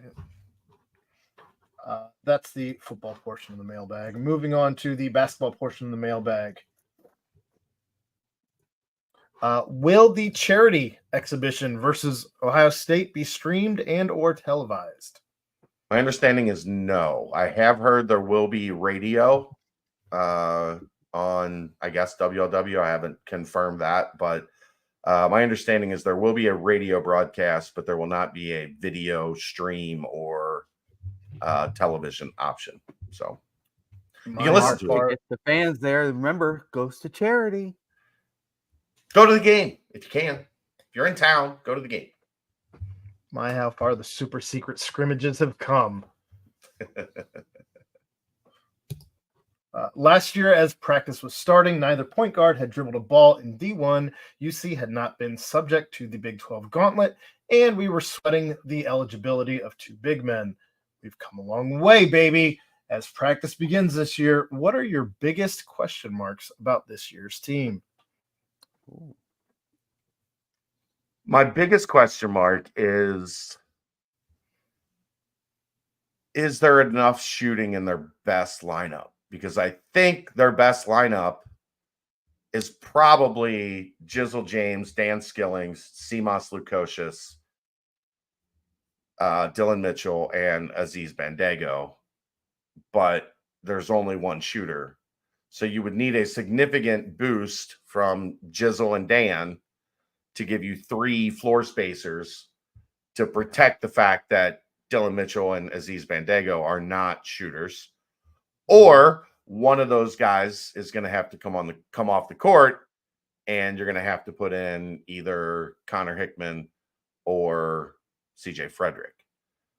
That's probably my biggest concern, is when you have your best lineup on the floor, or at least your most physically gifted lineup, do they have enough shooting?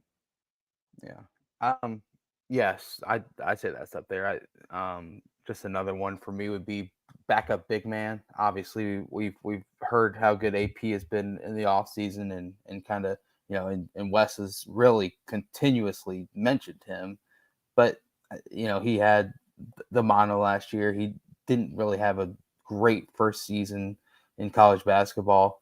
Is he ready to take on, 10, 12 minutes a game? Are they going to kind of go a little bit more exotic with some Mitchell time there? I guess kind of just how that backup big is. I think it'll be better than last year, but you kind of got, that would be my question, I guess. I think my question is probably, how the hell are we going to disperse the minutes this year? I am going to be fascinated with the rotations. I'm going to be fascinated with who is getting the lion's share at the 2, 3, and 4 spots. I think there's a lot to be seen, and I think it's going to be very different from game to game. I think it's going to be very different from non-con to conference play. I'm just good problem to have, right? Sure. Yeah. Royer, what you got? Give us a little basketball. I don't know. I think biggest question is kind of if how to handle the big men rotation, and how to kind of get more out of big men. We don't need them to score, but just utilizing them more in our offense, because I felt like Aziz was kind of like a black hole sometimes down on the offensive end. But I think now that we have Mitchell and Page, I think there's more opportunities to kind of integrate them into the offense more and create more at the hoop and around the hoop for the other guys. So I kind of like how we make that work, because I think if we can, I think it'll be a huge boost to our offense. All right. How was asking Mick Cronin questions inside Fifth Third Arena again? With Bone gone, is the Cronin-UC relationship good? It was fine. It was good to see Mick again. Haven't seen him. I didn't see him this spring. He doesn't come east much during recruiting seasons anymore. He kind of hangs out on the West Coast. Uppity. So it's good to see him. I always, enjoy those periods in the spring and summer where we get to hang out at events and kind of watch a couple games and catch up. So that was good. The relationship's good with UC and Mick. He still has a lot of friends and a lot of connections and people in and around the university. So he seemed happy. He was in a good mood. He was joking around all night, had a good conversation with Wes. So, and unlike another previous former coach that used to come to town, it wasn't, hey, look at me. It was, the spotlight was on SK. So that was, it was good to see. Shots fired. Shots fired. It's hard. Preseason MVP for UC. Who is it?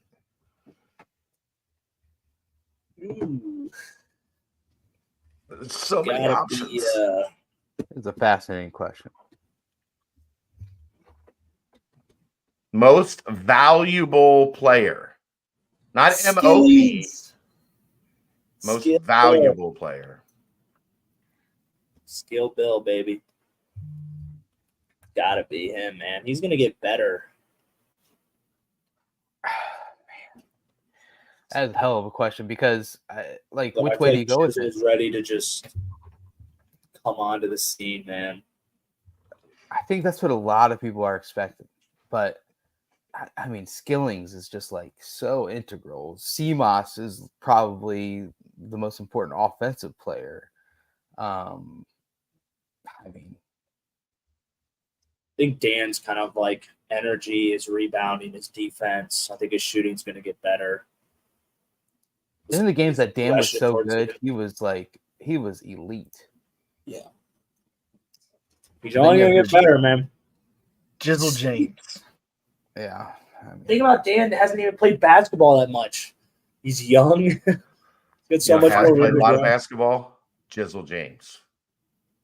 Yeah. I'm with Aaron. I think this is his explosion onto the scene year.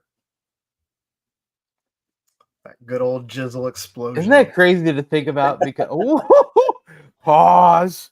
Isn't it crazy to think about though? Where you would say Dan Skillings is probably was the best player at times last year. Then all of a sudden, CMOS had that run. Then all of a sudden, Jizzle blows up, and the NIT. It's a fascinating question. It really is. Yeah,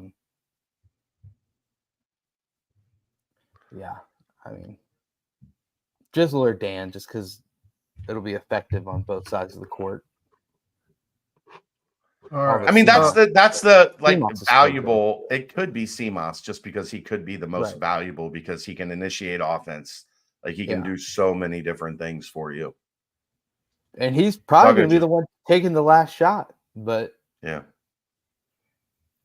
if only he could pick up some defense. I thought his defense got better once he recovered from getting hit by a car. Wait, don't do that again. By a car? Don't do that again. Can Jizzle James have a similar effect on our program as Jamal Shed had on Houston? I don't think he's going to be here 4 years. Why not? Years. Why not Big 12 Player of the Year? Let it happen. Just don't think he's going to be here as long as Shed was at Houston. Yeah. I think at minimum after 3 years, he gives the draft a try, if not after this year. So